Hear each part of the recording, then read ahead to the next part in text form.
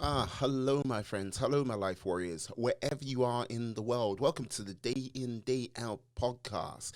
This is episode 109, where I had the immense pleasure to have Ralph Monroe III on the podcast.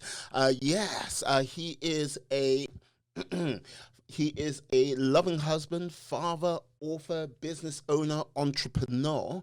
We talked about a number of different topics on this podcast. We talked about his failed e-commerce business. We talked about his new business he started in business administration. We also talked about his podcast. Let me see. It is called Refined. Excuse me, refined and refreshed. We talked about how he got started with the podcast and how he basically used to be a news producer and what he plans for the future for 2021. Got to say he is very nice guy, very quite a lot of fun, and a good old laugh. So please sit back, enjoy the podcast, and have a fantastic day. Haha. Peace. Hello, my friends. Hello, my life warriors, wherever you are in the world. Welcome to the Day In, Day Out podcast. Woo! This is episode 109, where I have the immense pleasure of having Ralph Monroe the third. You know what? I never get to actually say that to anyone. Like, you know what I mean? I hear it in movies, but never get to see someone. Oh, you're the third? Yes, the third. Yeah. Oh, yeah. He is a business owner. He is a loving husband, father, author, entrepreneur. And yes, he holds down a 9 to 5. This is why I call the very definition of a busy man. How are you today, sir? Well, I'm doing really wonderful, man. Thanks for having me on. I'm just excited to see where this conversation is going to go. And man, yeah, like you said, I'm a busy man. I got a lot of stuff lined up after this, things I got to do at home, but also business and other stuff. So yeah, man, I'm excited. My God, yeah. I've got to ask, you raising a child, being married, having a family, and then look, doing the business doing your own business 9 to 5. How do you organize, structure your day? Because that is mental. You know what Yes, I mean? bro. What I come to find out, because what a lot of people try to do a lot of things within one day. Yes. Try to fit everything within one day. But there is what I've come to find out is by nature, just by design, the good Lord has given me the grace to be very administrative and organized just in my own life. And so what I do, I structure my week to focus on certain things on that day. Right. Not saying that that day would take up. So, for instance, Mondays is more so business days. Like outside of my 9 to 5, it's business. It's business days on my own. So after my 9 to 5, or if I have time on my lunch break, then I will look into doing some business things. Mm. I will contact people. I would work on some little administrative work that I need to work on. I would even vision cast. If people know what vision cast is, thinking into the future, what is the next steps. Uh, On Tuesdays are podcast days. So I will focus more so on getting things done for the podcast, any promotions, seeing if I can partner with anybody. Wednesdays is family. Like focus on the family. Thursdays is more business because business. I'm trying to get to a certain point in my life. mhm. Um, Fridays is things with not my nonprofit or any other personal ventures. We just started, me and this group of people, we have started a nonprofit. It's in the infancy stages right now. It's going to launch. We're hoping in 2021. We're just doing like some bylaws and stuff like that. Yeah. Um, Fridays is my personal days. you know, Saturdays is brainstorming, get away from everything, don't look at anything. And Sundays is basically my Mondays. I plan out my week. And so, it's structured like that. And so I think that's the key is like actually going like structuring your week instead of focusing and trying to do everything in one day. Take your days and make those a focus of what those days are going to be. Yes, there's still family things. Yes, there's still other little tidbits that's going to be here and there that comes in on those days. But instead of like letting those little fires overtake the main thing, you know, jot them down. All right, I'm gonna focus on that later. So Yeah. that's how I go about it. That's how I try to go about it. I'll say I'm about like 90% effective of it. 90%. Okay, God, damn. I was like basically saying 90% because you're kind of like tied into a question where I was gonna go. Because Yeah. like, this is the thing. That to me is like, don't get me wrong. We all got to set sort of targets and goals and everything like this, but there's sometimes when I got to hit 100% of all of this. ah, like 100% is like, yeah, that's a tall order to hit, and But the thing is, I've learned there's a great TED talk, and I don't even know the name of it, but I know the guy he talked about marginal adjustments, making marginal adjustments, marginal steps. And a lot of times we try to go, let's say there's a cliff. You want to try to jump over the cliff to the yeah. other side of the cavern. But instead of like taking that huge big leap to the other side of the cavern, you know what? How can I actually scale down this cliff wall, Mm, go across the valley, and climb back up? I'm eventually going to get there, but I need to take small steps to get there uh, instead of taking that big leap. Because every time I try to take that big leap and get all the way over there, then I'm going to keep falling. I'm going to fall so many times rather than taking a small steps that will eventually get me to the same location. You yeah. know, and this would be like I guess like a little mind blowing thing. We talk about taking that big step, and a lot of times people think that big step or big jump or big faith of action is to get all the way to the next step like super fast. But the big step or the big leap or big faith is taking those small steps. Mm, You know, yeah. and so that's how I go about it, man. That's how I look at life. Yeah, no, I like the way you said that because I was watching this documentary. What there's this place in Yellowstone where basically it's just like you like climbers go there all the time, and like there's the North Face. Oh, come on now, what is it called? Escapes me, but it's basically like this thing is like sheer, just like vertical, and like there's these two guys who were like, okay, climbing the north face of this, like it's meant to be the hardest one, and like Mm-hmm. the lead climber, because his like mate Yeah. was like sort of a little bit gassed and he was left behind, and like he was still kept like carrying on, and he kept on trying to jump this sort of like gap Yeah. again, again, again, 10, 20, 30 times, and then basically he was like, "Nah, sod it, I can't do this." No, no. He went all the way down, like Mm-hmm. about a good maybe 100, 200 feet. Then he Mm-hmm. came across, like he went the weirdest way around it. But it took him like half a day, but he got to the other side. But yeah, and it was like, okay, and away he went. He His made it. mate followed sort of like about 2, 3 days later, and Yeah. like basically like because like he led the way, his mate just jumped it and like made completed it. It was like basically both versions were those insane. and, Yes, that's like it's just yeah. and I would even go on to say, like if people were to go on my website and look at all the different stuff I have and do, they're like, man, you're wearing too many hats. Because I don't know if you've heard the term, um, a master of none, but like yeah, you're proficient in so many things, but master of none. Um, the and so if people were to look at all the stuff I'm doing, they're like, man, what are you mastering?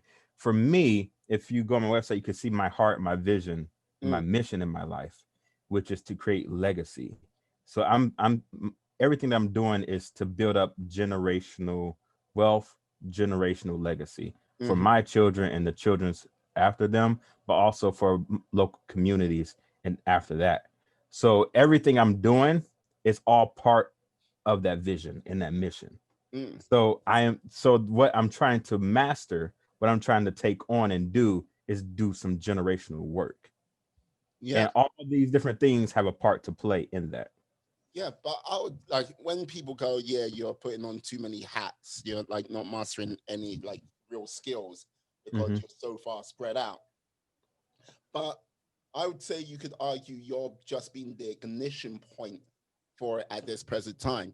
You're Yeah. getting it started. Basically, yeah, when things start to get to a certain point, then it's a case of, yes, you'll bring in like people to help you to sort of like Correct. push it that way. And then, like, what you are at the beginning to what you are at the end is going to be something I would imagine quite considerably different through that sort of learning and evolution, as they put it. I could be wrong. You tell me. No, you're totally right, man. I mean, even now, like I would be amiss and very have lots of regrets if I failed to say my wife is a huge part of a lot of things that I'm doing now I feel she's because on the side um right now. I That's like, know, right? let's give me credit, son. I swear. Exactly. Because I mean, she does. She has her own ventures. She has her own things that she does as well. You Mm, know, she's a musician. She's a singer. She wonderful wife and mother. But she also goes to school. She works. She does a lot. But we work as a team. So if I have something to do, then like she'll take up on the brunt of the work with the children, and vice versa. If she has stuff to do, then I'll take on the brunt of the work with the children. So mm. like my early partnership literally is my wife, But I agree, going forward, like that's something that I'm learning is my first business venture I tried to do was e-commerce, Yeah. and I tried to do everything myself. I felt flat. That did not work out at all. So from that mistake, I've learned from that failure, I've learned like partnership is everything. You need help. I think it's a African proverb that many of my friends tell me: if you want to go fast, you go alone, but if you want to go further, you go with others. Mm. And so I've learned that partnership is key. And so yes, I am the starting point and these things are happening, but now there's like for my podcast or for the business, I'm getting to the point now where people are coming in and partnership is happening. And because you can't do everything on your own. It's impossible. Uh, you can try. Yeah, I Yeah. know, right? Well, yes. Uh, you'll have a sore head because eventually you have to bash it against a wall or two. Yeah.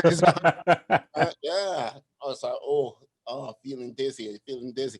Like, yeah, I like when I've like sort of looked like in my research, you have done a lot of work in sort of media Yeah. before this. Like, yeah, like so, like gone from being a sports writer to a writer. Like, the list sort of goes on. So, like, what made you sort of like, oh, you know what, this isn't kind of the path I want to be on? Well, going back to earlier, like I said, just by nature, I'm very administrative, and Mm. so I went to school for radio initially, and so I was in radio. I was on air. This is pre when everything was digital. So Like, digital, what? I was like, flip that switch, turn that down. Come on now. It's like, Man, I remember working the board doing the levels, man. Like when we're going to segues, and so like now it's just like the touch of a button I hear. It's like kind like it, like I'm gonna sort of take a quick detour because like that must be kind of trippy for you, right? Because what you like when you learned what you learned or you getting your skills together, Mhm. you'd sit in front of you'd sit in front of a desk which would cost tens of thousands of Yeah, dollars to get like to broadcast this and get all the sounds right. And now, look, I've got myself a Rodecaster Pro, and like it can yeah, literally do everything that board does man. in something which just, you know what I mean, sit Yes, quite neatly on the desk. It's like, yeah. man. I'm like, I went to school for this. They taught us this. Literally, I would be sitting in this, like you said, a huge board in Mm. front of me with all these different switches and stuff like that, different channels, and literally 2 years after I had graduated, digital started coming in. And so I'm now transitioning to television as a producer. And so when I've always had radio in my heart and stuff like that. And I was like, I Mm. always want to be on radio. When I went to try to apply for like a radio station, different things like that, I'm seeing the new stuff they got. I'm like, I don't know this stuff. You know, I was like, I just graduated from all of this. I was just on the radio for two years. What's going on? You know? Oh man. Oh, that must have been like okay, okay. They didn't tell me about technology moving on in school. And I was like going, yeah, this digital revolution. Crazy. Yeah, can I have a refund, please? No. I know, right? Like, So it's just so mind-boggling how fast it happened. Like my generation, whoever was in radio during my time or even before my time, like just to see how fast it happened, yeah. it's crazy. Um, and so anyway, I went to school for that, and then I transitioned. I went to school to finish my degree to get my bachelor's in radio and television. I Yeah. was a producer during that switch for a news station, and I fell in love. Like I found my car, and I was like producing and producing a news station. We were going live, like no pre-production, no post-production. We were going live at 5 p.m. And so, as the producer, your role is to work with all the anchors, work with the journalists, work with the news writers, work with the graphic people, and you put the show together before it comes to place. Yeah. And and and then you hand it off to the director. And so before everybody's in place, 5 o'clock is approaching. I'm going into the room with the director and then the tech team, and we're looking at all these screens. And the director is going off of what I produced the entire show, the entire thing. And like graphic here, Yeah. anchor says this, anchor one this. And I found out that I really loved producing. Like it was just a knack. I had a knack for it. I had a knack for like starting things and building something and seeing it happen live. I was like, this is awesomeness. Come after a year and a half of doing that, I was like, man, I got tired of doing the news thing because we had our marching orders from because we were affiliate of CNN, I believe it was, and others. And so you only can use the things that come on the news wire. Um, and I didn't like that. I liked, I wanted to like do my own thing. And your newscasters, your journalists can go out and get local stories, but it had to be like one or two, you Yeah. know. Oh, it's like, okay, there was that cat crossing the road, which I was, know, right? and yeah, there's Mrs. Jenkins and her pie competition. Yeah, I know, right? Those are the two stories you go with. Yeah. But what about corruption in CEO? No. I know, right? Like, oh, look at this news wire that's coming down. This looks like really, really important thing. No, Yeah. no, we're not good. I'm like, and so I got really tired of that. And so after that, actually left radio, left television, and I went and I was a campus missionary for 3 years, which is I was mentoring students on college campuses, and so I moved to Chicago to do that. I was doing that for 3 years. But putting things together, a big part of my role was like an event coordinator, and so I was putting things together for events that we would have. It took it took like managing like college students. If you know college students, if people know what college students, university students are, and how they act. Yeah. Because like, okay, don't get me wrong. Like you've gone through one sort of wild beast of chaos, which is a newsroom, like where like, okay, things can happen at any time. It's like, okay, yeah, I planned this all out, and then, like events just happen. You just basically scrap everything and then put something else together right away. Yeah. To a college campus / university, like you're like, oh, okay, it's, how can I put it? Like depending on the school, it can be the very definition of chaos all the time. Like, some crazed teen out in the world by themselves for the first time, and yeah, trying to deal with that sort of aspect of responsibility. Yes. Crazy, right? So how did you manage to handle that sort of, like, you know what I mean, differences, Man, chaos? it was it was more so like a parental role as sometimes, Yeah. because because teenagers, because they are teenagers coming out of high school, going to university, going to college, um, they're not very organized. And so like it was So, ladies and gentlemen, this just in: water is wet. I know, right? So it was more like I didn't like it, but Yeah. I had to really be on top of the students. But they it was awesome is because there were some students who were more mature, and Mm, so you look for those students who like you can count on to actually be the in between the liaison between you and other students. And so I was looking for those students, and then they helped bring on those students who wouldn't necessarily listen to me, but yeah. they would listen to peers. And so we got things done like that.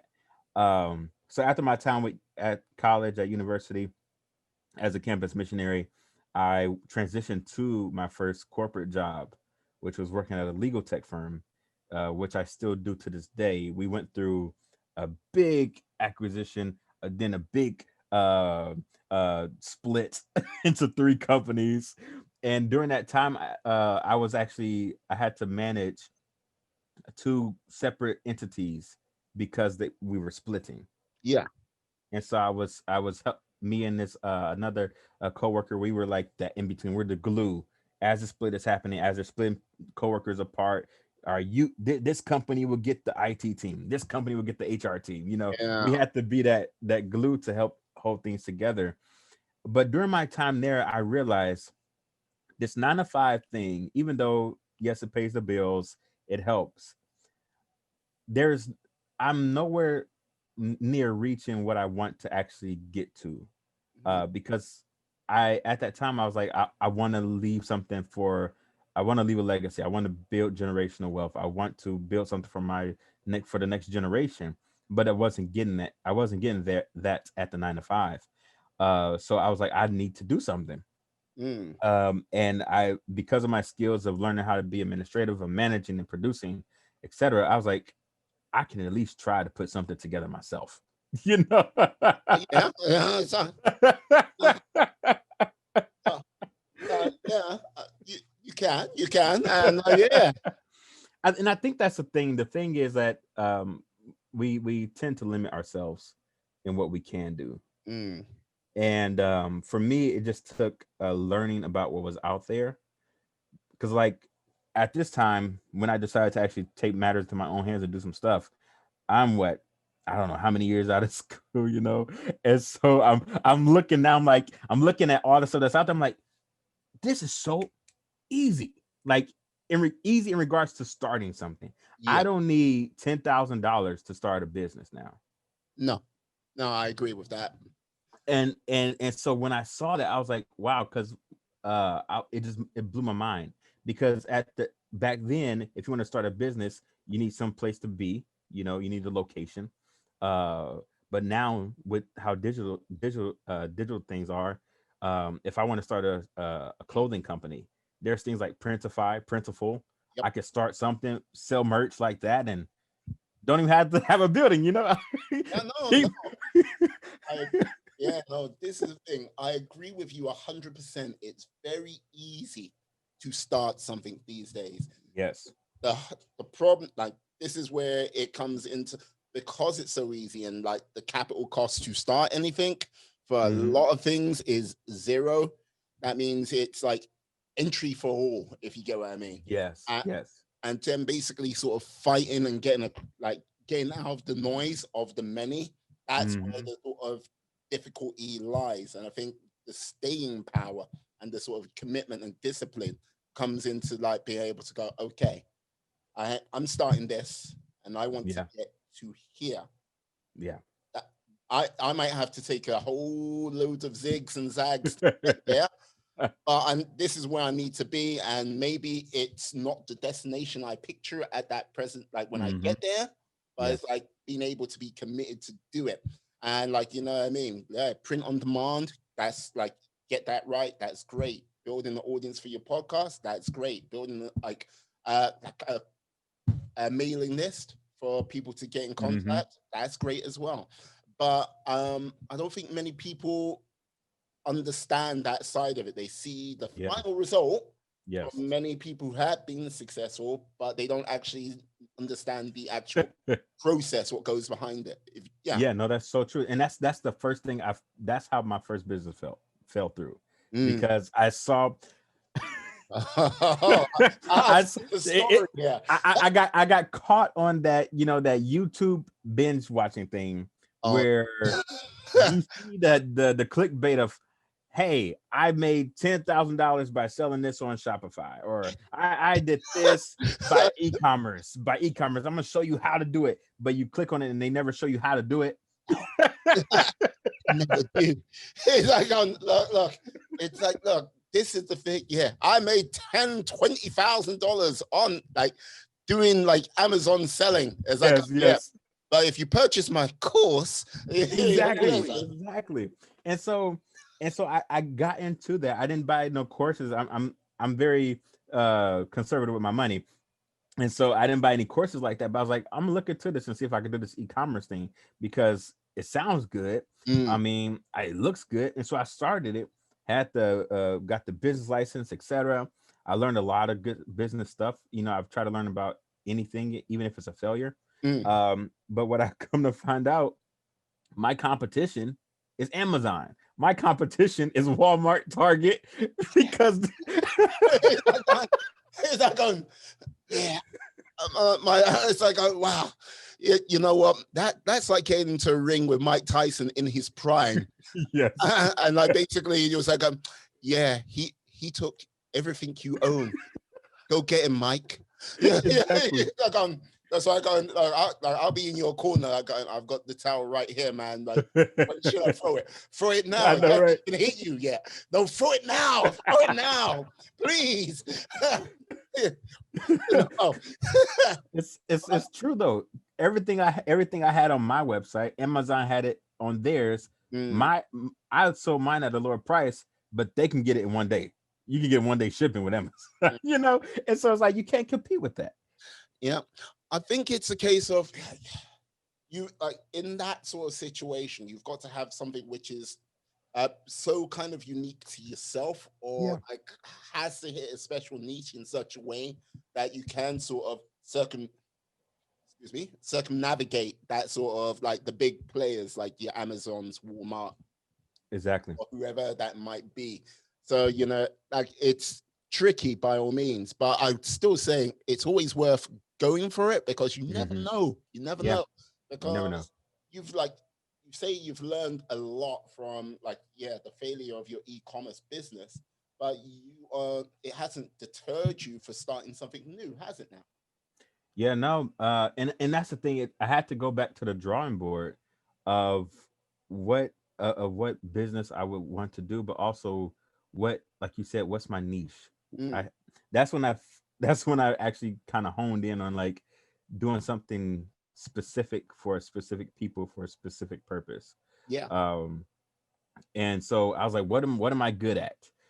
What can, like, if I were to go in a room or be at a conference and I were to talk, what topic could I talk about that people will listen to? Mm, And for me, that's administration. yeah. I'm grateful for the 9 to 5 because I got to, learn about standard operating procedures. I got to learn about project management, um, and and just being naturally administrative. That was like honing that skill more and more. And so I was like, you know what? That's what I can offer. I can offer administrative services. I can offer consultation on administrative things for both individual as well as small businesses who because in our, especially, I don't know how it is over there, but here in the US, our economy, how it is that it's more beneficial to hire contract people than it is to hire someone full time. because of our healthcare and things like that. It's a whole complex web where, like, if you hire someone, if a business needs to hire someone full time, you're not just hiring that, you're not just paying their minimum, you're also paying for that healthcare. Yeah.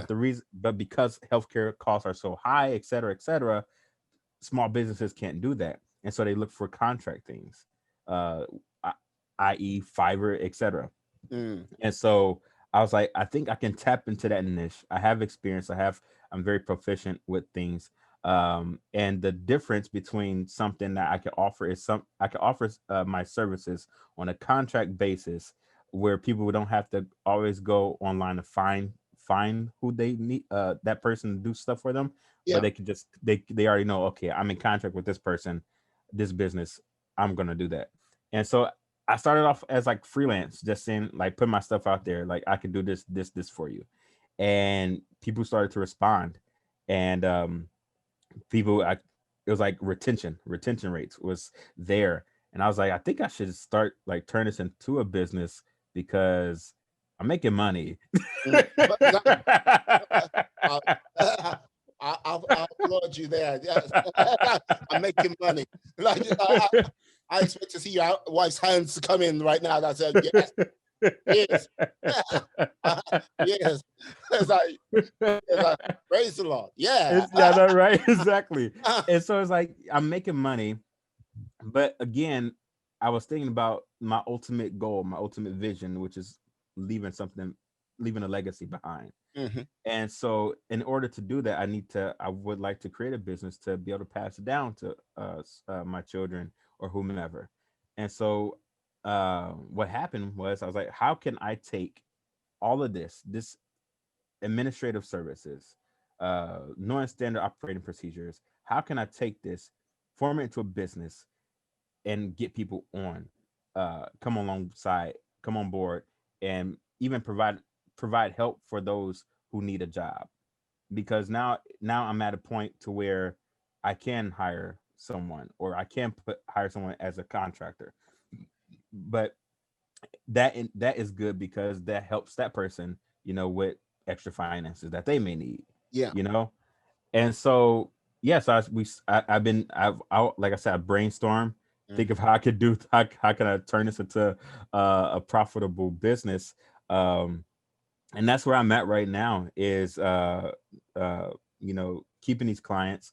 Now we're, now you go into like client relations. Mhm. You got to learn about that, which I, because my 9 to 5, I've learned. So you do client relations. You now it's like getting the organizational structure in place, software you need, the infrastructure you need. And the beautiful thing is, because of the day and age we live in, this can all be done virtually, which is amazing. And so we're definitely in the infancy stages of business, but like, we have our infrastructure in place, we have our clients, and now it's just a matter of seeing where it goes. Taking a step one day at a time. Like I said, those marginal steps. Mhm. And now, yeah. So 2021, the plan is to double everything that we have, and just see where it goes. That's the goal. The reality, we'll see what the reality holds, but that's where we're headed. Yeah.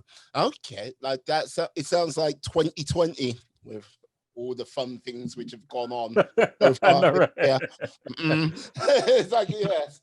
You seem to be like walking strong, which is like a good thing, compared to some people out there, which, let's just say, times have hit them tough, if you get what I mean. Oh yeah, and I think about that a lot.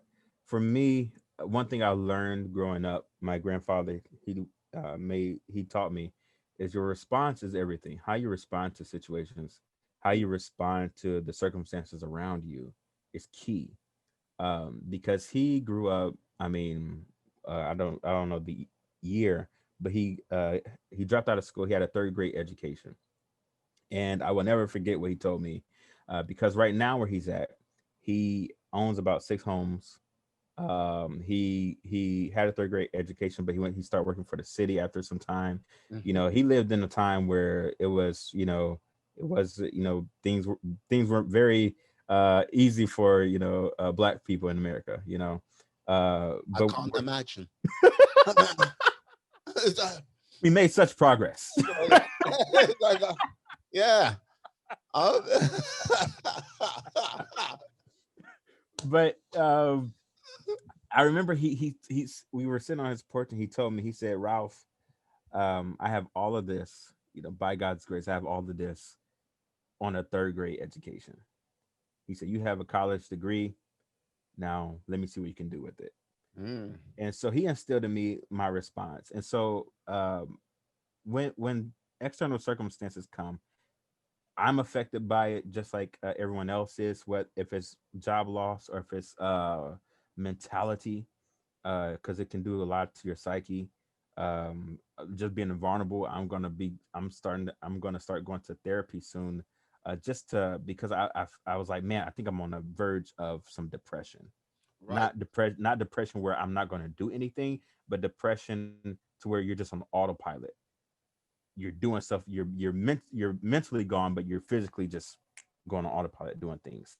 Right. And so the pandemic and all this other chaos around it still has affected me. um but I've learned that your response is key, so I keep that even though things are going on like mentally and like, oh my gosh, stuff is happening crazily around me, or if it's a job loss, it's always that reminder of how can I respond to this. And Mm, so for me, I respond like, okay, I need to look up a therapist. I need to get some counseling because get right mentally. yeah. Make sure everything is clicking because I don't want it to just be physically there. I want to be mentally there too for my Yeah. family. And also with the pandemic, if it's a job loss, whatever like that, how can I respond to this? I lost my job.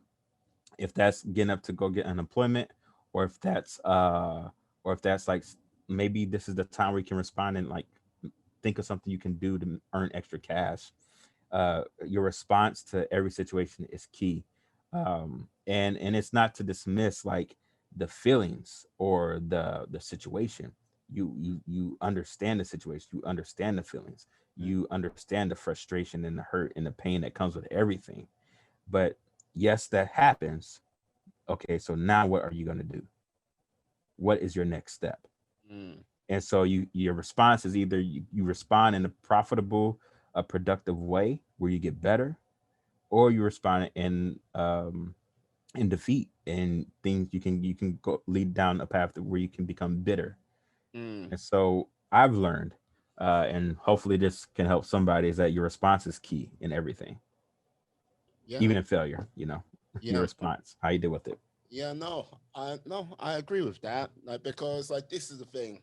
Life life throws its barbs at us all, and it doesn't care who it hits at that present time. You know what I mean, you might be behind the rock, get lucky at some time, but you're gonna catch something along the Yes. way.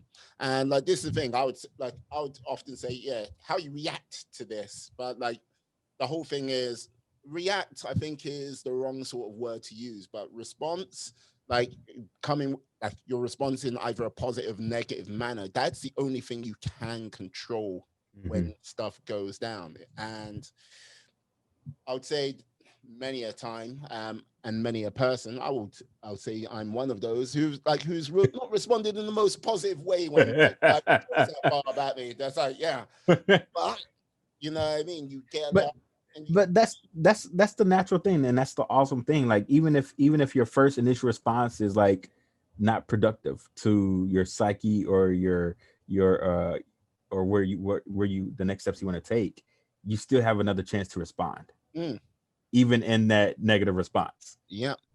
No, I hear you. I hear you. And like, look, like this is the thing. Like, no, got a very wise head on you, sir. And yeah, that's what I'm gonna say. Like, because look, even with you, like, going, you know what? Yeah, I might need to like get a little bit of therapy to get that help.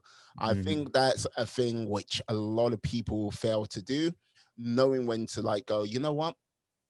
I actually need some help out of this situation. I actually Mhm. need some help moving me forward, because like I think we too often get caught up in the BS of we've got to be strong and like, you know what I mean, Yeah. ever tough. Like, Oh yeah. stare into the storm and like, yeah. No, but you know what? Like, yeah, penguins tearing to the storm, but it's a big group of them, and like they take turns facing it. Yeah, A penguin support each other. That's what I say. But, exactly. yeah, bizarre metaphors coming out right now. Excuse me. It's all good. It's all good. I like it. I like it. It helps get the point across, man. Yeah, yeah. So I'm loving the fact that you've got this plan and you're moving forward with it, and 2021 should be hopefully another step of growth going forward. But like, what sort of like while you were doing this, what made you like go? You know what? I need to add a podcast into this dynamic. like, like, I know, right? You know why? Why? like, and it's nothing to do with administration as well. Yeah, no, it doesn't. It's so the podcast is definitely Christian based. Yeah, So I was, like I said, I've always wanted to be on radio. yeah, That's what I went to school for. And as podcasting over the years started to come out, I was like, I don't know if it makes sense for me to go apply for another radio station. you know what? I won't lie. It's a weird time out there right now because um, like even though like you kind of like a radio, it's isn't it a bit old hat? It's popular still, but Yeah. I would say the world is on a turn. If you get Yes, me. definitely. Yeah, you've got a point. It's like I mean, even radio stations have a podcast. yeah. Oh God, like these. I was like NPR, they have a yeah, PR, like Breakfast Club. yes. Thing. I get that. I UK Breakfast Club. Yeah, It's a New York based radio station. It might exactly. be like broadcast, I think, nationally over there, but Yeah, yeah, that's how I like find out about that. Yeah, Charlemagne the God. Yeah, the Breakfast Club. exactly. It's like yeah, And so during this time, like I said, 2020, why not try? Well, actually, it was November 2019 because the elections were big here in the U.S. They were trying to figure out who would be the Democratic nominee, who would be and so they were going through this whole primary process. And I'm a big political person. I've always been. I don't really. I just like to be abreast of everything that's happening, who is doing what, etc. And so I remember listen to different podcasts about the elections, about yeah. the primary process, and I heard so much negativity. Um, I heard so much ignorance of, and Look, you know what? Like all I've got to say with the election process over there, like look, like it was ignorance on all sides. oh my gosh, yes, it's. I was like, if these people can do a podcast and get listeners from what they're saying, I can at least do something. Like I was like, I could be a different voice out there for people I could who are just like going, alfalfa, yeah. What you doing? I'm doing a podcast. You alfalfa, yeah. You as thick as mud. If you can do it, I can do it. exactly right. It's but that's how I felt, because for me, I know the background I have. Even though I was out of radio and out of television, I never got out of the technical aspect. Like I learned the whole digital thing. I even for different churches or whatever any organizations I was a part of, I was always a part of the tech Yeah, crew. And I even helped this church they had started, and I even helped them get their tech together and their team together and stuff like that. So I knew the digital aspect of it. I knew the technical aspect of it. I just needed to do it mm, and like start something. And so I was like, what would I talk about? And as a Christian, I was like, I'll just do a Christian podcast. Why not? But it has grown since then to where it's yes, it's Christian based, it's faith based, but we look at the entire psyche of a person: spiritual, physical, mental, emotional, holistic health, holistic wellness. And so for me, I more so focus on, like, if I'm going solo, I would talk about spiritual things. But I bring on subject matter experts or guests who can talk to mental things, who could talk to how to be physically fit, who could talk to emotional things, who could talk to about learning, And so I wanted to bring a different voice out there because I got tired of listening to people who were just like negative and like, this person is this. I'm like, are you even researching? Oh, and on top of this, I'm getting my master's degree.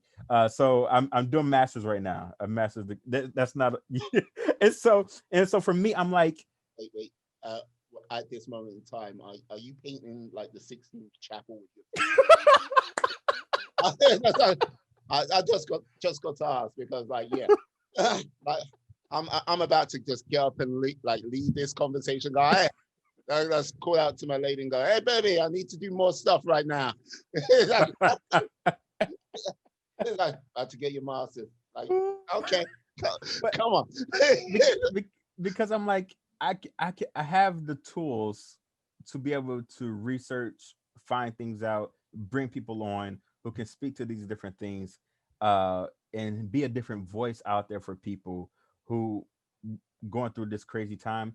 But I didn't know there would be a pandemic happening. I didn't know there would be a whole bunch of civil unrest happening. And I was like, well, good time I started something. So now we have like there's a different voice out there Yeah. versus the back and forth that our society, especially here in America, where our society forces you to choose a side. Yeah, like this is the thing, like choosing a side and like basically that sort of endless drone of sort of negativity, which I look, it's not an American thing, it's a global thing at Mm, this present time. yeah, Look, and when I kind of look at anything, I go, right, you can't like just simply going, I'm on this side, I'm on that side. It's not that simple for a yeah, lot of it. Look, okay, look, if it's about taking out people and like putting a gun to their head and like taking like shooting, yeah, I'm like going, no, that's wrong. But when you're talking about running a country, you got to yeah. go, there's some good over there, there's some good over there. Hmm. Like, let's take the best parts of everything, put it into a pot, see what we've got. Mm, Exactly. hopefully it makes something good. But as I go, it's this team, it's that team. Look, I sit here as an outsider looking at the American political system. I'm not going, oh God. Yet, like all I've got to simply say is, yeah, both choices you had this election were rubbish.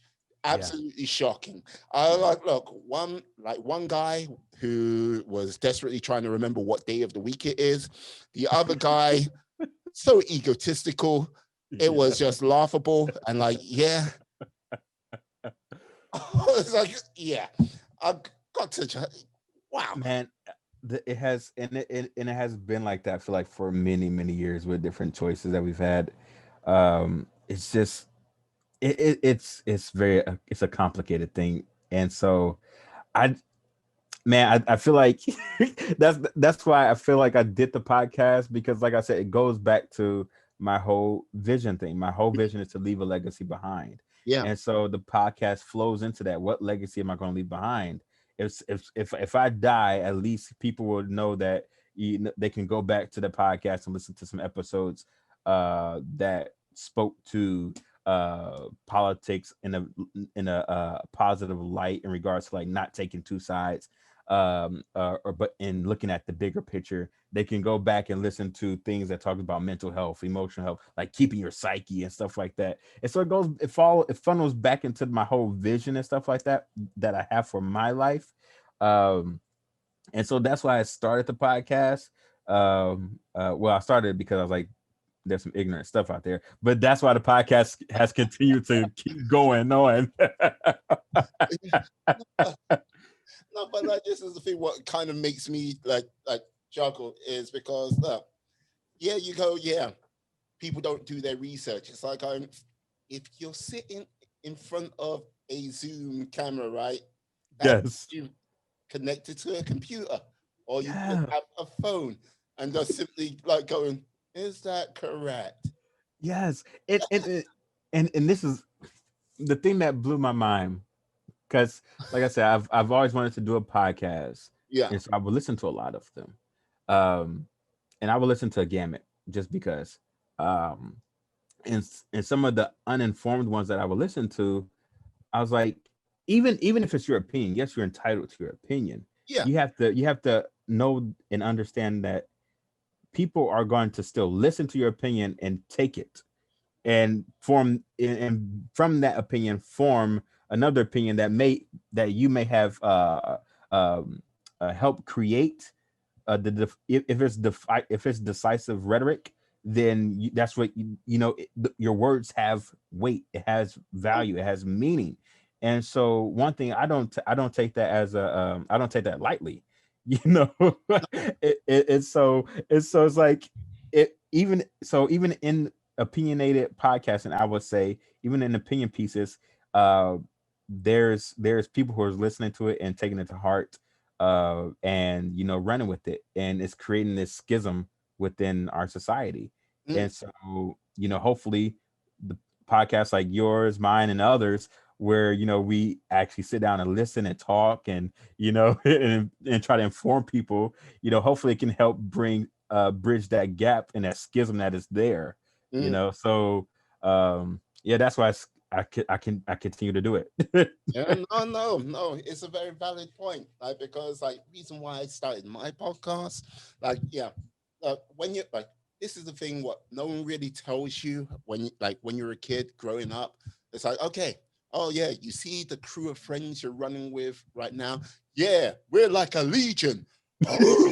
Like that's in your teens. Then you Yeah. get your 20s. Yeah, like your crew seems to be a little bit lighter. No, but we're still like a legion. Boom. Yeah, that like yeah, Yeah. you get into your face. It's like we're like a squadron. Of course.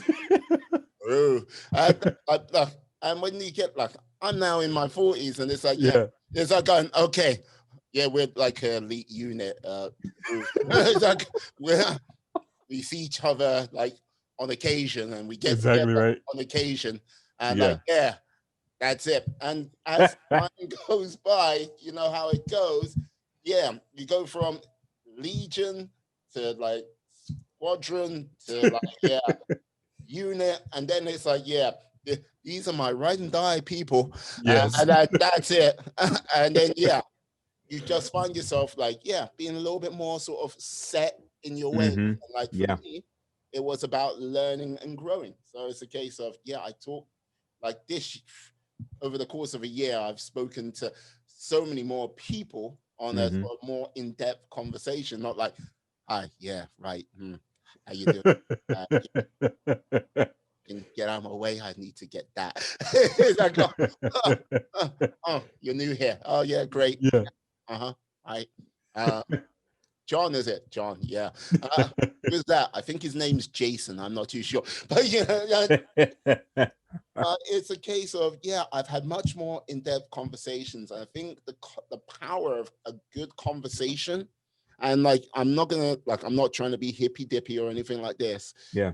is much better for the world, because it means you can formulate and like ideas, like you can like come up with new plans, you can like Oh find yeah. directions for people, rather than sort of like screaming at each other on Twitter, which Yes. the vast majority of people do. And Oh you're my like going goodness. like, right. So It yeah.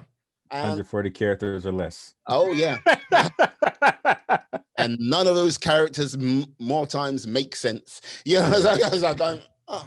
It's like, so rather than do that, have this conversation with people like all around the world. And like, yeah, I feel richer for doing it. And Yeah. like, yeah, I have no idea where my podcast will go. Like, yes, one day in the future, it will be the top podcast in the whole world. And then I explore the spaceship and then the galaxy.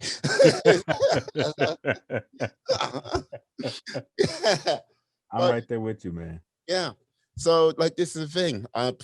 like I don't know how many episodes you're into your podcast, but Hmm. like the whole thing is like even if it's like 30, 40, 50, like even more than I'm doing right now, keep at it, I say, Yeah. because like with that sort of richness of conversation, positive conversation, like who knows where like the ripples of this might actually end up. It might Yeah. change a major thing or two, and like it might combine and be something much more grander.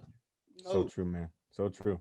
Yeah, man. And yeah, we are, I think I've done 45, something like that, episodes, Oh, maybe 50. This is it's coming up on a year. Actually, it's just I just hit a year of mm, doing podcasting.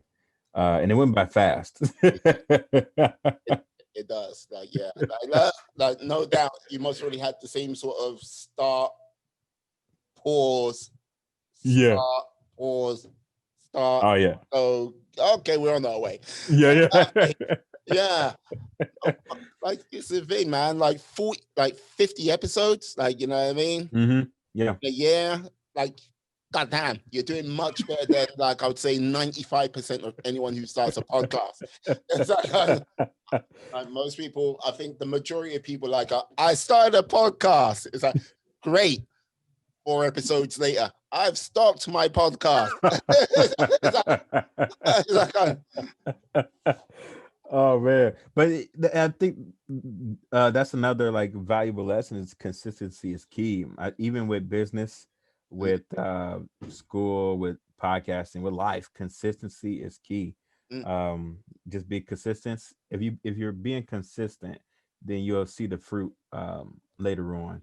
I don't know. I mean, the barometer of what you measure success is also uh, uh, uh, uh, what is it? Purposeful, but consistency is very key. oh, like consistency is the thing what bears fruit. If you consistently do bad things, your fruit turns bad. Like Exactly, consistently exactly. do good things, it turns good. We So actually have a plant in the house, and we were very consistent with watering it when we got it for like the first 3 months. But we've been very consistent in not watering it, and so now it's like dying on us. just like plant looking at you like I'm a little bit parched. And the thing is, we see it, but we still don't water it. It's like, what did that plant do to you guys? What did it make? What did it do to make you guys mad? Come on now, you could tell me. It's just me and like just me on this like whole podcast. There ain't that many people. Oh, 1 second, 1 second. Oh, You hear my son? Let oh me go see yeah, what's going on real quick. yeah, like you got the healthy lungs. I Okay, know, right? no worries.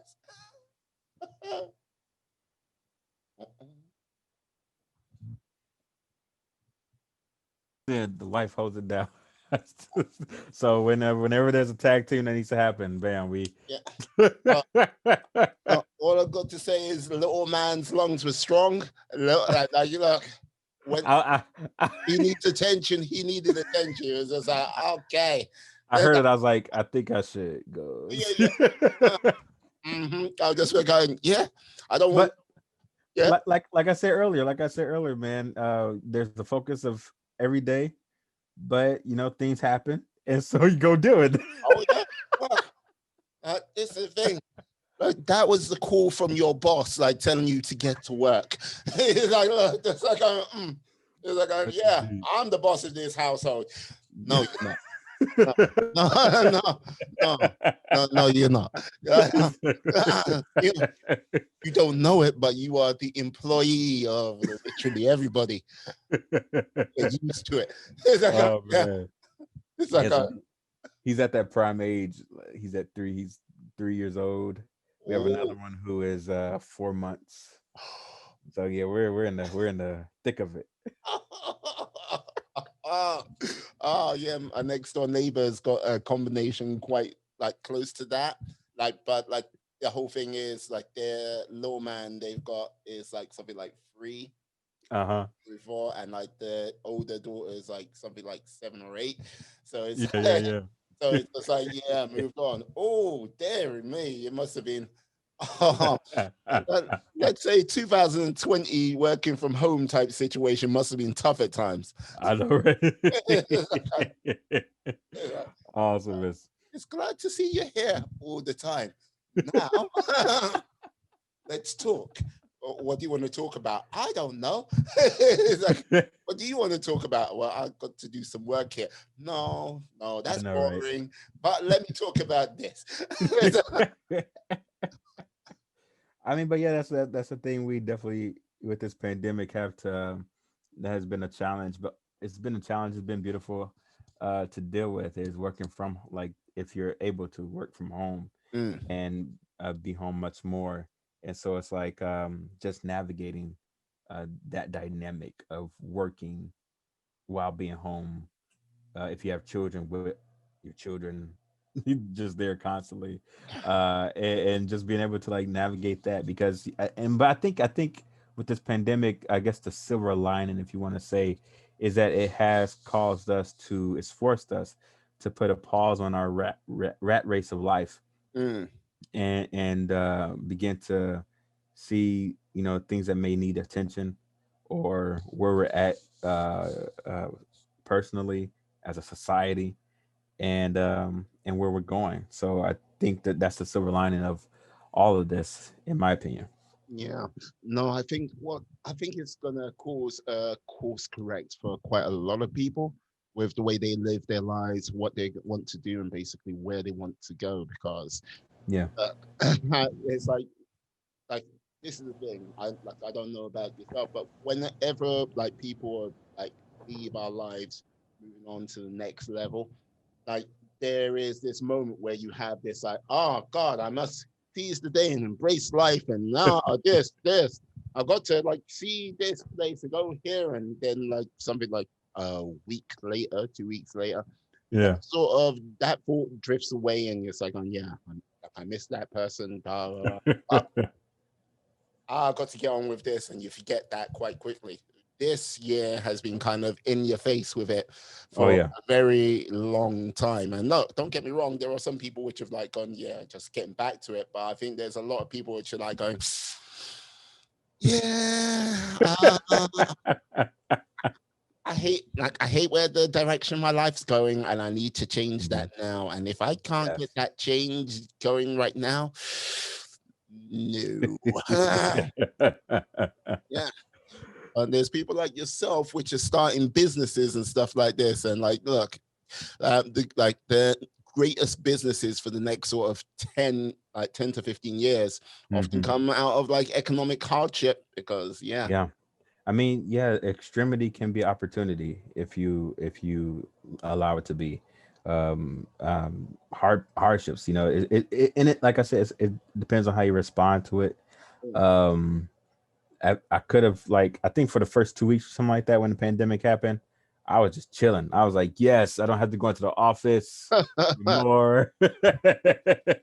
I'm going to enjoy this time, aside from every bad thing that's happening, I'm just gonna, get to be with family, Yeah. etc. But then that got old of like, I'm in a house all the time. Yeah.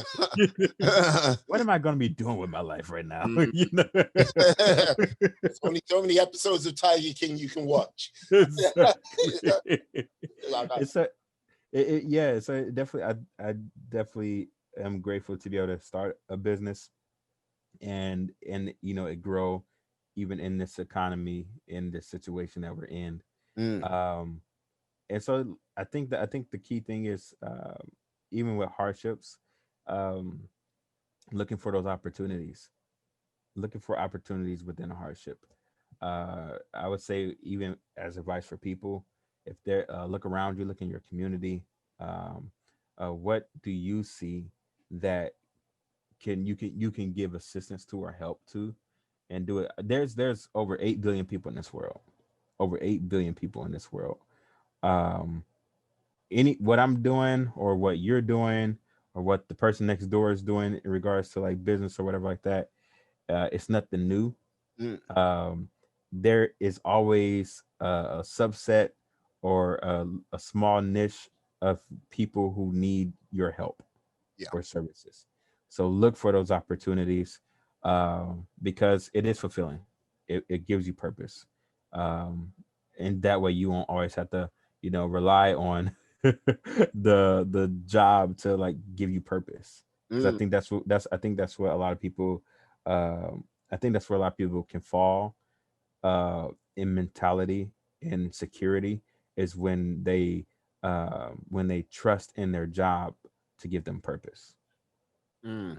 Yeah. Yeah, yeah. Like this is the thing. One like one of the things about like when you have your purpose in your job, like people don't actually realize. I don't think it's the thing what comes to their mind that people can take that job away. Yeah. It's like it's like and like when you see people when it's like, yeah, your job's gone, or yeah, you've retired. It's like, what do I do now? Exactly. Mm, Yeah. Where's my purpose lying at? yeah, Where's my purpose coming from? mm, yeah. It's a very hard place to be because look, like That's where you get disgruntled employees from, yeah, man, hey, yeah, because their purpose is in their job. mm, like But and so you're not just taking their job away, you're taking their purpose for living away. very true, very true. No, like it's like the place where people can really see this happen is when you see sports personalities, like Mm. when you like go, oh, I'm at top of my game, I'm winning this, I'm playing this, and like, oh, yeah, I've retired, and then, whew, boy, like give it 3 to 5 years, and then like you're like, oh, what has happened? Like, a little bit more girth on like the trunk. It's like yeah,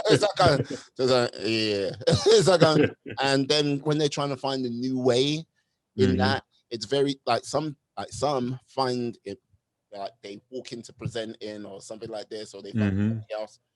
But others, you like go, yeah, go, okay. It's like, money's going quick. I'm bored. It's like, what the hell do I do? But yeah, So yeah, true, man. I, I, is what I see. Like, it's what I see. Now, you've got in your tagline author. What Hmm. is the book you produced? Oh yeah, man. That was in what was that year? Years bypassed me. I think it's like 2016 or 15. So I journal a lot, and one of the things I do a lot is I write poetry. I do spoken word. Huh? Uh, so over since 2012, 2013, I journal every day. I have notebooks of just life. Wow. So t- thinking about long term, because I'm always thinking long term. Yeah. I think detail, but also long term. And so at the end of my life or whenever, I would love to turn that into some biography, whatever like that, and give it to my children. I don't care who else reads it, but just so the children can know the struggles that their dad went through, what I was thinking, even before I became their father, even Mm. before I married their mother, you know, just to know my life. And so that's what I hope to plan to do with that, all of that. But the poetry book came out of a lot of different poems I wrote through 3 years from those journals. So I think 2016 I just compiled 4 years of poetry, and I just turned it into a book. And so 2021, one of my goals is to do the same thing. It's been about 4 years or so, and so I would do the same thing. And so it'd be like the next volume of that. So it'd be a series, and so that'll be next. So it'll be the next volume of it. So about every 4 years to coincide, I guess, to coincide with the election. About every 4 years, I will release another volume of poems that come up. It's like, yeah. Why does your work rate go up around about election time? I'm stressed. Leave me be. I can't. I am dealing with stuff right now. Have you seen what we had as our president last time? Yes. 4 more years. I was like, oh no, Lord Jesus, no. Smite him, God. Smite him down. because that's where it comes from. It comes from like the struggle and stuff like that. A lot of the poems come from struggle, or you get inspired by frustrations or circumstances that happens around you. So that's where they come from. Yeah. And so, there was a lot of poems I was written this year. It's like, just come out. It's like, here we go. That's volume 1. How many volumes have you got? It's part of a 10-volume set. Oh no. It's like, oh, damn. Yeah, so man, that's what I plan on doing next year to release the next volume of, Yep. and hopefully people can read it. Well, the first one I did, I did it without knowing anything about what I was doing. Okay, I that just must have been fun. I know, right? I was like, how do I even put a book together? How do I even go about publishing it, etc. But like I said, with today's world, you can do digital books, and there you go. My my philosophy is like, if that person can do it, I can too. It's like, I've seen some books out there. I'm like, I could do that. yep. There you go. It's like, how did you do your cover? I used Photoshop. Paint will do. Come on. Exactly right. So, but now this time around, I'm gonna take the next step. But that's the thing. When I first do something, I learn, and so I save all that information for the next step. So this next step, yes, it'll be digital, but I'm looking for like paperback and actually doing it right and doing it better for this next volume. But yeah, that's what I do, man. And so next year it'll drop, hopefully by summer, and then you can look for the next volume the next 4 years after that. It's like, oh, like, yeah. Like, all I've got to say is, yeah, most probably be the re-election of vice president. Like, well, well, what can I say? Yeah, you didn't vote for Biden. You voted for the VP on that one. Yeah, yeah,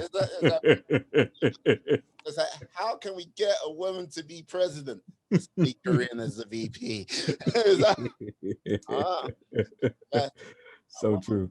I'm just going to say, hopefully on the next volume, like the next book of your poetry, you might not have as much, but I'm going to just simply say is, I'm not too sure. Man, the way the world is going, who knows, man? That's all I can say is who knows, man. Yeah.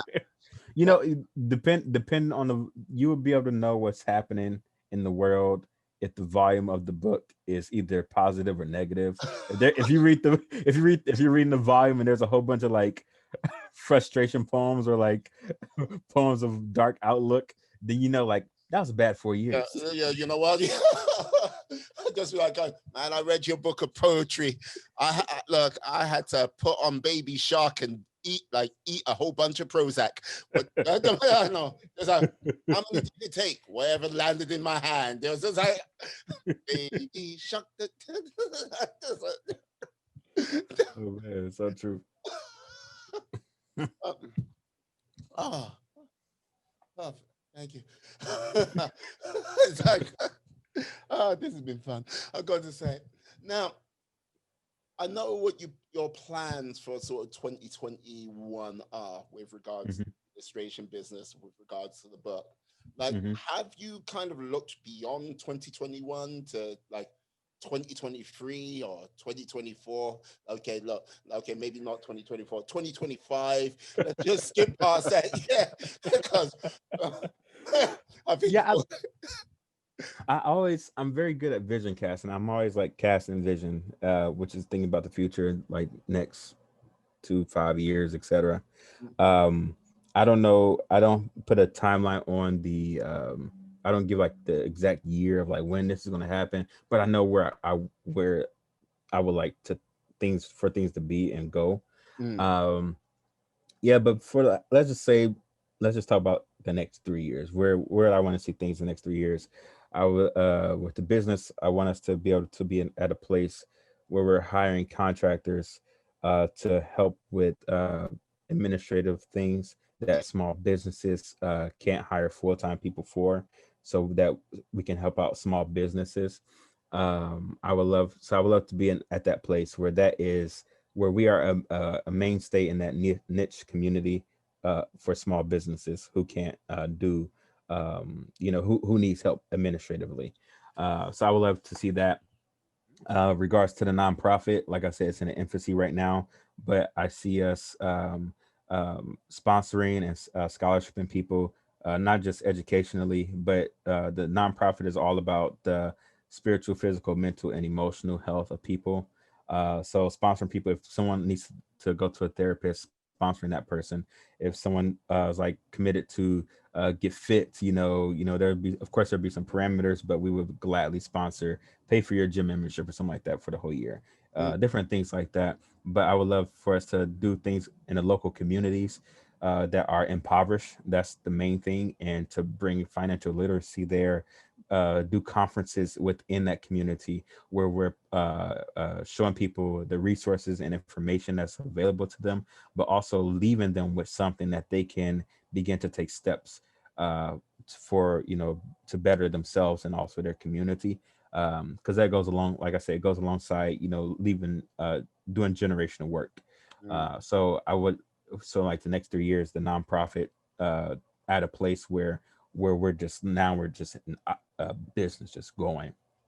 And but long term for the nonprofit, I would love to be able to, I say about 6-8 years, begin to transition out. I'm just there to build it, yeah. but I would love to see it, me begin to. That's where I would hope to get to. For my family, man, I think in regards to children might be done.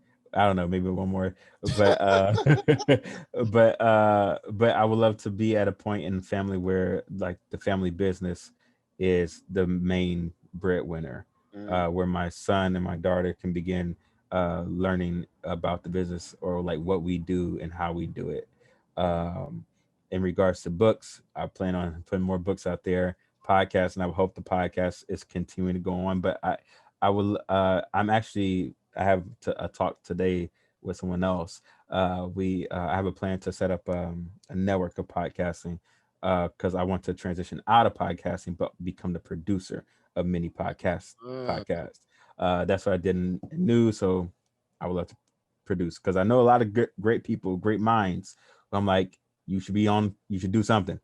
You're If they can do it, out there. you can do Yeah. it. Yes, I like that. I like it a lot. Ah, yes, come on. But I in the next 3-4 years, I really want to be in a position to where I'm out of the pioneering role and beginning to, if not teach people how to do if it's podcasting or the nonprofit or the business, I would love to be in a position where those people are like, I've identified leaders. I'm building up those leaders, and basically work myself out of a job. Yeah, well, like this is the thing, it's like throwing back to when you're like a college minister. Like, come on now, Yeah, like yeah. what- you're a college minister, or were you just a recruiter for like new leaders? but That's what came to mind. It was like, yeah, but that's what I think about. I think uh there's a lot of the college students that I was mentoring and stuff like that. There, some of them are going into the medical field and different things like that, and so mm, they're just out there, and so I can always reach out to them like, hey, I need you to I need your expertise on this or something like that, and yeah. so it's and I'm all about partnership, and so that was the original intent, but hey, it worked itself out.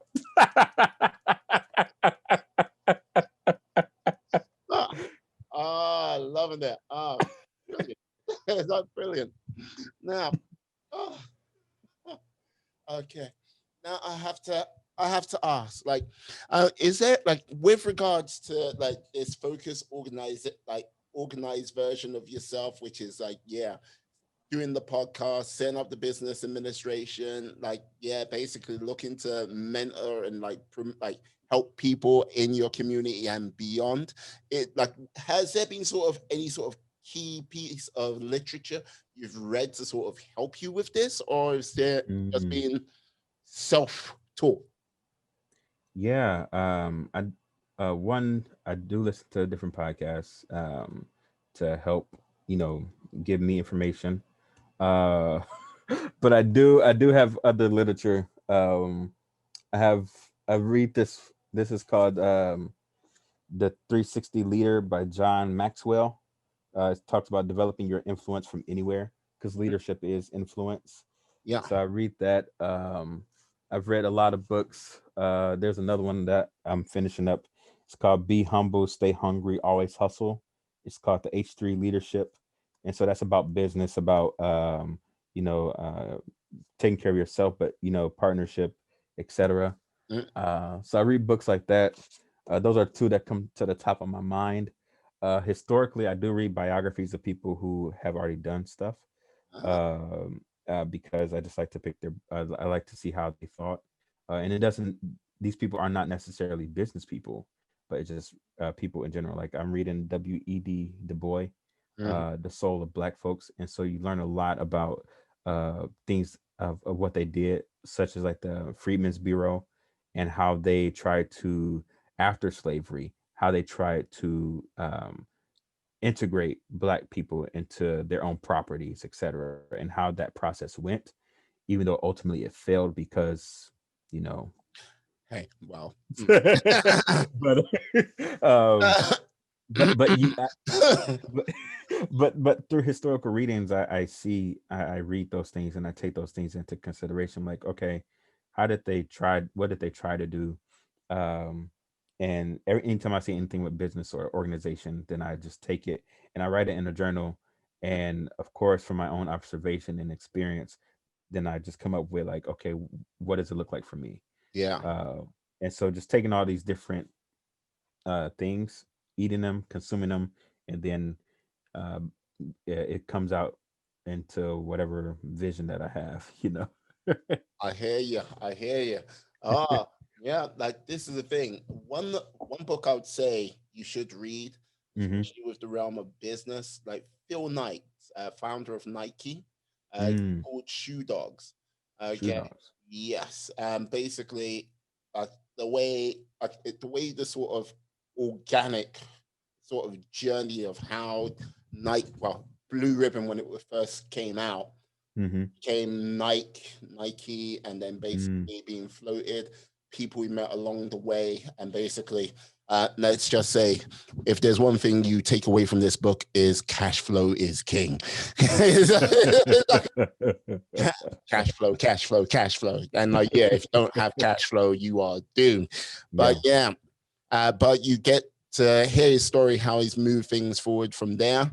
And like, Mm. yeah, if you want someone who is like, oh god, like it, like more, most probably more extreme than you with the sort of work ethic thing, like just so you just feel like you're normal. Like read David Goggins is like biography, like autobiography. For Yeah, sure. former Navy SEAL, like went through Hell Week 3 times. Like if you search him up on Mm-hmm. YouTube, yeah, you'll get a rousing motivational speech with like colored with lots of swearing through it. Yeah, so definitely those two, yeah, and you like sort of get that. Um, yeah, just if you want to know about hard life and how what it can like take it through, David Goggins, Yeah. yeah, for sure. And like yeah, but Phil Knight for the business, yeah, shoot Oh, up. definitely. Thanks, man. I definitely appreciate that. Oh And yeah, I'll say this last thing, I guess. If we're wrapping up, I think my upbringing was a part of, how, like, my work ethic, because I grew up thinking it was normal for, like, no water, no heat, no utilities. My mom was a single mother for a lot of our life. um the guys that she did marry weren't really the best of guys. yeah, And so, like, and so, like, I remember, like, it was basically, she worked, but we were always impoverished. um and so you had to work, you had to do stuff to have money, to I remember cutting grass so much, doing a whole bunch of yard stuff here and there, Mm, moving a lot of furniture. I remember when I was younger, I moved fridges, moved stoves, etc. Because needed the cash for the family, and so and every time I got the money, it would either I would keep a little bit, but most of it went to my mom mm, or to pay for a bill or whatever it was like that. So I think my upbringing was definitely key for the work ethic that I have, but and also my grandparents and stuff like that teach me like my about my response into in things and how that would go. mm. My grandparents and stuff, man, they if you wouldn't talk about if you think I have a big work ethic, look at them, man. Uh, Third grade education, like ended up with six houses at the end of it all. And Hmm. there is some work what went in there, and like look, there's some like financial education and smartness what went into Yeah. it too. Oh Because yeah. yeah, only one house is difficult enough. Two houses, Exactly. mm. But when you're talking six, you're like, okay, right. Hmm. Yeah, you've got your black belt in financial education somewhere. No, mm. Exactly. Yes, yes, yeah, Oh man. yeah. Before we go, I've got to reveal, yes, I'm a being of supreme cosmic power. Yes, I I have the ability to grant one wish and one wish alone. And Okay. yeah, you can't wish for more wishes. You Okay. can't write down on a sheet of paper, go, I wish for all the things on this sheet of paper to go Hmm. through. You can't wish for world peace and you can't wish to bring people back. Like, now, what would you wish for, sir? I would wish for. I would wish to get my grandfather's writings. So my grandfather. So I have two grandfathers. One whom I'm named after, Ralph Joseph Monroe III. My dad was the junior, and he was a senior, of course. Yes. But he was a. They called him superintendent of the church he was a part of. So he was over a local churches in his area, but and so he had a lot of different sermons, a lot of different writings or something like that that I hear people talked highly of him as I was growing up, but I never met the guy because he died before I was born. Ah, Yeah. So I remember, like, even though my biological father wasn't in my life, when I met him before at a certain time after college, he was like he's like, a lot of people thought, I would be like my dad, but he said, I think you got it. Like, it felt it passed me and went to you. And I think for my dad, it was a lot of pressure on him to be like his father. mm, And so he didn't do what I guess people thought he would do, following his dad's footsteps. But hearing all of this intrigued me. I'm like, I want to know who this dude is. If he has writings and stuff like that, I would love to know it and understand him and how he thought. So, man, that would be my wish, is to get those writings. I've tried to. I don't know where they're at. Yeah, so that would be my wish. okay. Excellent. I shall get working on that for you. I Yeah. appreciate it. Like, yes. Like, by all means, if the writings come through for you, hey, you know where to, like, yeah. For sure. That's what I'll simply say. I'll write about it in my poetry book. Okay, yeah, well, like, you know what I mean? I'm not too sure how deep that poetry was going to be. The next one was like, just like, I could just see the first poet, like, Democrats in big bold. Oh, no. Oh, man. Oh, Awesome. okay. Ralph, please tell the lovely people out there how they can get hold of you. Yeah. Yeah, man. Well, I've created a website to kind of be like a one-stop shop for everything that I do, and it is www.ralphjmonroe3, Ralph J Mon Ralph J Monroe 3 at .com. And so you can, when you go on there, you'll see a thing about me, the business that I have. You can see the podcast, the book, etc. Soon to be on there will be the nonprofit, etc. Anything else, it's a one-stop shop you can do. That made it simple for people to find me and find out what I'm about. So RalphJMonroe3.com. Excellent, excellent. What I'll do, I'll put that in the description. Please, my friends, my life warriors, go out there, find him. Yes, yes, get his book as well. Yeah, the next book of poetry, which I'm going to look forward to reading in 4 years' time. Mhm. Yeah, but I will be definitely like coming in every now and then. Go, how's the poetry going? It's hard. Okay.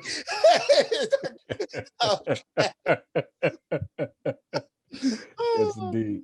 Oh yeah. I'd like to say, Ralph, thank you for coming on today. It's been an absolute pleasure. For sure, for sure. Thanks for having me, man. I really appreciate it. No worries. I'm definitely going to get you back on again in the near future. Uh, hey, anytime, man. Anytime. It's a hoot. I love it. Awesome, awesome. I'd like to say thank you to you, my friends, my life warriors out there. I wish you a safe day. I wish you a great day. Stay well, stay safe, be awesome, be excellent, be fantastic. Be all the positive bees you can be in this world and then some. Have a great day, guys. Peace. And Peace. we are